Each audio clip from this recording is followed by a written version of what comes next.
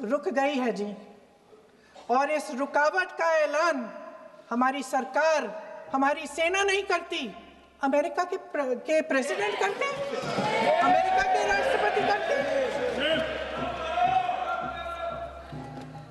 ये हमारे प्रधानमंत्री महोदय की गैर जिम्मेदारी का सबसे बड़ा प्रतीक है। आज गृह मंत्री जी ने इस बात पर उल्लेख किया। उन्होंने कहा, उनके शब्दों में उन्होंने कहा कि पाकिस्तान के पास शरण में आने के बजाय कोई चारा ही नहीं था। आपने शरण दिया क्यों? वो आते हैं आपके देश के अंदर, लोगों को मार डालते हैं, और आप उनको शरण दे रहे हैं। क्यों दिया शरण? इसका जवाब क्यों नहीं दिया है एक भी भाषण में? जैसे ये बात उठी, शरण की बात की, हमारे गृह मंत्री जी ने इतिहास में चले गए। नेहरू ने क्या किया, इंदिरा गांधी ने क्या किया, यहां तक कि मेरी मां के आंसुओं तक चले गए। लेकिन इस सवाल का जवाब नहीं दिया कि ये सीज फायर हुआ क्यों, ये जंग रुका क्यों, और तब क्यों रुका जब दुश्मन के पास कोई चारा नहीं था हमारे श्रेय में आने के बजाय। क्यों रुका ये जंग? इसका जवाब नहीं दिया। धन्यवाद। आप देंगे?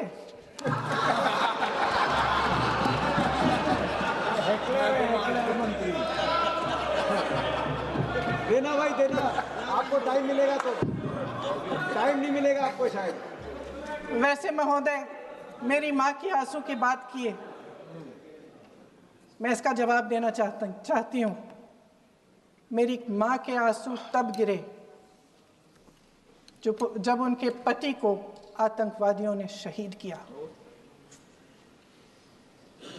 जब वे मात्र 44 साल की थी। और आज अगर मैं इस सदन में खड़ी हूँ और उन 26 लोगों की बात कर रही हूँ, मैं इसलिए कर रही हूँ क्योंकि मैं उनका दर्द जानती हूँ, महसूस करती हूँ।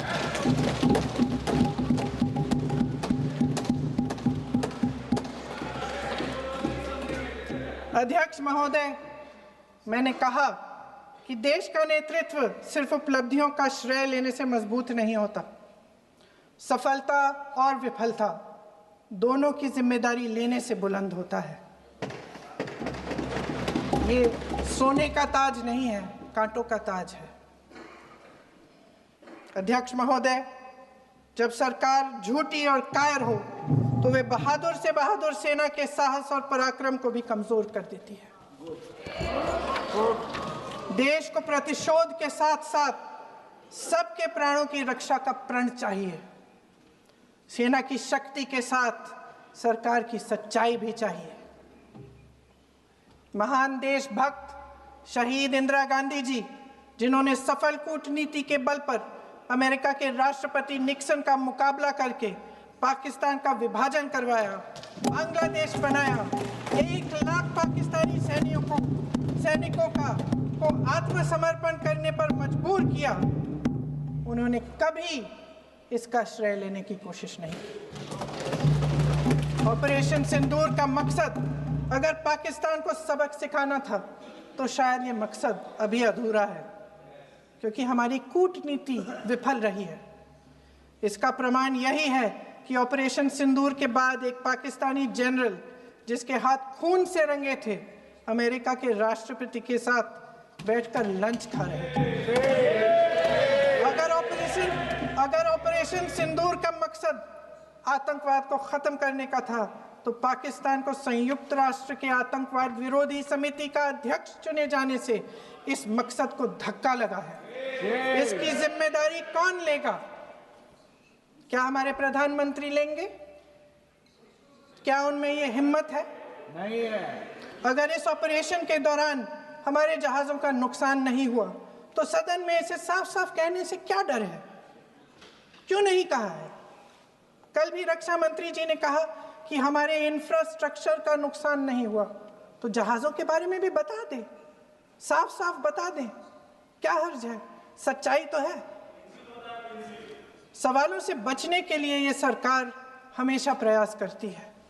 इसकी राजनीतिक कायरता बेमिसाल है। देशवासियों के प्रति जवाबदेही का एहसास ही नहीं है। सच्चाई ये है कि इनके दिल में जनता के लिए कोई जगह नहीं है। सब राजनीति है, सब पीआर है, सब प्रचार है, सब पब्लिसिटी है। देश की जनता के लिए आपके हृदय में कुछ नहीं रहा। बहुत समय हो गया है आप इस प्रचार में ही लिप्त हैं, जनता को देख नहीं पा रहे हैं। जी माननीय, जो पहलगाम में हुआ, खत्म करती हूँ, जो पहलगाम में हुआ उससे हर एक देशवासी के दिल पे चोट पहुंची है। हिमांशी नारवाल की गुहार ने हम सबको शर्मिंदा किया है। इसीलिए मैं आज यहाँ खड़े हुए एक आखिरी बात करना चाहती हूँ।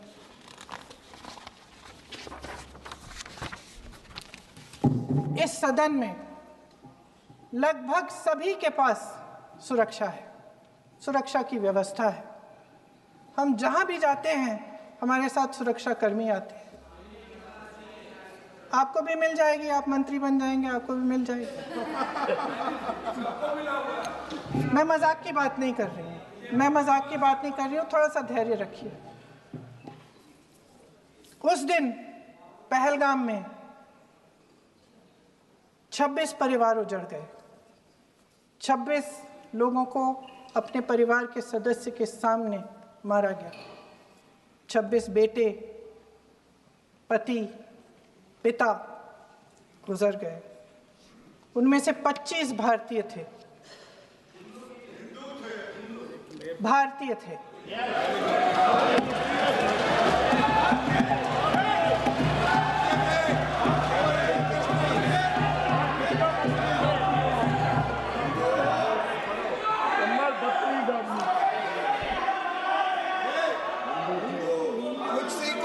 जितने भी लोग बैसारन वैली में थे और जो 25 भारतीय मारे गए, उनके लिए कोई सुरक्षा नहीं थी। आप कितने भी ऑपरेशन कर डालें, आप इस सच्चाई के पीछे छुप नहीं सकते, इसे नकार नहीं सकते। आपने उनको सुरक्षित नहीं किया। कोई शर्म नहीं है और ना कभी होगी। सुन लीजिए, सुबह भी मैं शिव मंत्र बोल के आई हूं। इनको क्या पता शिव मंत्र क्या है? शिव मंत्र खत्म कर लूं अपना भाषण। शिव मंत्र मैं एक बार उन 25 भारतीयों के चलिए चुप रही। मैं एक बार उन 25 भारतीयों के नाम इस सदन में पढ़ना चाहती हूं, ताकि यहां बैठे हर सदस्य को यह एहसास हो कि वे भी हमारी तरह इंसान थे, किसी राजनीतिक बिसात के मोहरे नहीं थे। वे भी इस देश के बेटे थे, वे भी इस देश के शहीद हैं। उनके परिजनों के प्रति हम सब की जवाबदेही बनती है। उन्हें सच्चाई जानने का हक है। पाकिस्तान के कहने पर यह शर्त स्वीकार की है कि इन बांध में जो मिट्टी आएगी, कूड़ा कचरा आएगा और बांध भर जाएगा, इसकी सफाई नहीं कर सकते, डिसिल्टिंग नहीं कर सकते हैं। बांध हमारे यहां, पानी हमारा, लेकिन निर्णय पाकिस्तान का कि आप डिसिल्टिंग नहीं कर सकते। इतना ही नहीं, जब इस बार मैं डिटेल में गया तो एक बांध तो ऐसा है कि जहां ये डिसिल्टिंग के लिए जो गेट होता है ना, उसको वेल्डिंग कर दिया गया है ताकि कोई गलती से भी खोल करके वो मिट्टी को निकाल ना दे। पाकिस्तान ने नेहरू जी से लिखवा दिया था कि भारत बिना पाकिस्तान की मर्जी अपने बांधों में जमा होने वाली मिट्टी साफ नहीं करेगा, डिसिल्टिंग नहीं करेगा। ये समझौता देश के खिलाफ था और बाद में नेहरू जी को भी ये गलती माननी पड़ी। इस समझौते में निरंजन दास गुलाटी करके एक सज्जन उसमें जुड़े हुए थे। उन्होंने एक किताब लिखी है। उस किताब में उन्होंने लिखा है कि फरवरी 1961 में नेहरू ने उनसे कहा था, गुलाटी, मुझे उम्मीद थी कि यह समझौता अन्य समस्याओं के समाधान का रास्ता खोलेगा, लेकिन हम वहीं हैं जहां पहले थे। ये नेहरू जी ने कहा। नेहरू जी केवल तत्कालिक प्रभाव देख पा रहे थे, इसलिए उन्होंने कहा कि हम वहीं के वहीं हैं। लेकिन सच्चाई ये कि इस एग्रीमेंट के कारण देश बहुत पिछड़ गया, देश बहुत पीछे चल गया और देश का बहुत नुकसान हुआ। हमारे किसानों को नुकसान हुआ, हमारी खेती को नुकसान हुआ। और नेहरू जी उस डिप्लोमेसी को जानते थे जिसमें किसान का कोई वजूद ही नहीं था। यह हाल करके रखा था उन्होंने। आदरणीय अध्यक्ष जी, पाकिस्तान आगे दशकों तक भारत के साथ युद्ध और छद्म युद्ध, प्रॉक्सी वॉर करता ही रहा। लेकिन कांग्रेस की सरकारों ने बाद में भी सिंधु जल समझौते की तरफ देखा तक नहीं, नेहरू जी की गलती को सुधारा तक नहीं। आदरणीय अध्यक्ष जी, लेकिन अब भारत ने पुरानी गलती को सुधारा है, ठोस निर्णय लिया है। भारत ने नेहरू जी द्वारा किए गई बहुत बड़ी ब्लंडर, सिंधु जल समझौते को देश हित में, किसानों के हित में एबेंस में रख दिया है। देश का अहित करने वाला ये समझौता अब इस रूप में आगे नहीं चल सकता। भारत ने तय कर दिया है, खून और पानी साथ साथ नहीं बह सकते।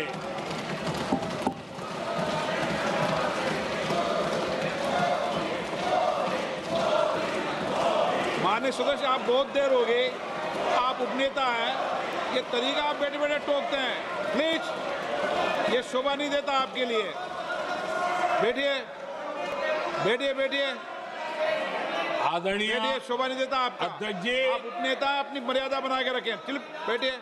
वहां बैठे साथी आतंकवाद पर लंबी लंबी बातें करते हैं। जब ये सत्ता में था, जुड़े हुए हैं। जब इनको राज करने का अवसर मिला था, तब देश का हाल क्या है, क्या रहा था, वो आज भी देश भूला नहीं है। 2014 से पहले देश में असुरक्षा का जो माहौल था, अगर वो आज याद भी करे ना, तो लोग सिहर जाते हैं। आदरणीय अध्यक्ष जी, हम सबको याद है, जो नई पीढ़ी के बच्चे हैं उनको पता नहीं है, हम सबको पता है। हर जगह पर अनाउंसमेंट होता था, रेलवे स्टेशन पर जाओ, बस स्टैंड पर जाओ, एयरपोर्ट पर जाओ, बाजार में जाओ, मंदिर में जाओ, कहीं पर भी जाओ, जहां भी भीड़ होती है, कोई भी लावारिस चीज दिखे छूना मत, पुलिस को तुरंत जानकारी देना, वो बम हो सकता है। हम 2014 तक यही सुनते आए थे, ये हालात करके रखा था। देश के कोने कोने में यही हाल था। माहौल ये था कि जैसे कदम कदम पर बम बिछे हैं, और खुद को ही नागरिकों ने बचाना है, उन्होंने हाथ ऊपर कर दिए थे, अनाउंस कर दिया।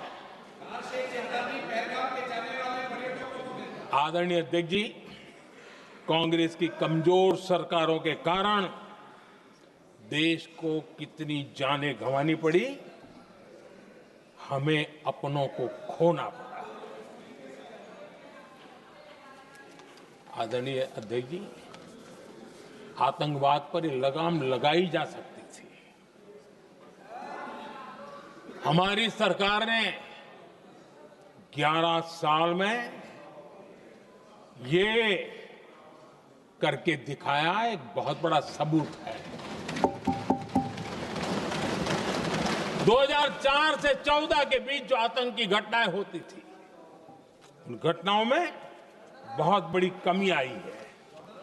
इसलिए देश भी जानना चाहता है,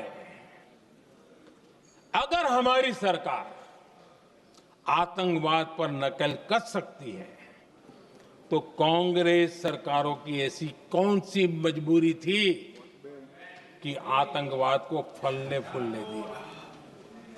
आदरणीय अध्यक्ष जी, कांग्रेस के राज में आतंकवाद अगर फला फूला है तो उसका एक बड़ा कारण इनकी तुष्टीकरण की राजनीति है, वोट बैंक की राजनीति है।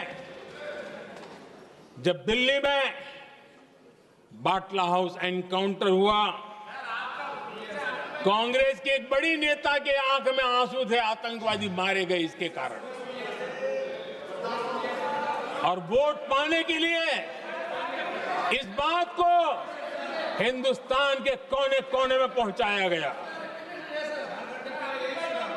आदरणीय अध्यक्ष जी, 2001 में देश की संसद पर हमला हुआ था।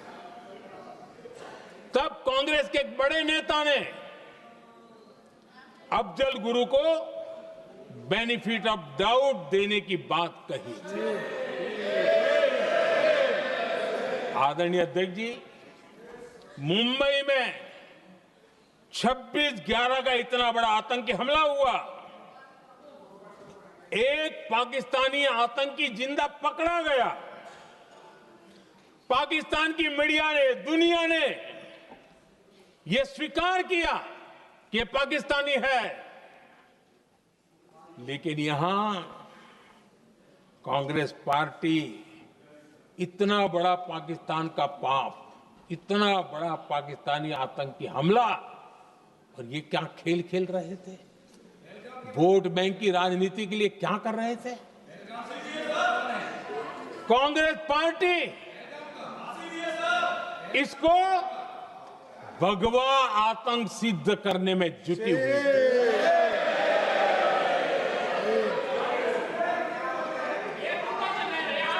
कांग्रेस दुनिया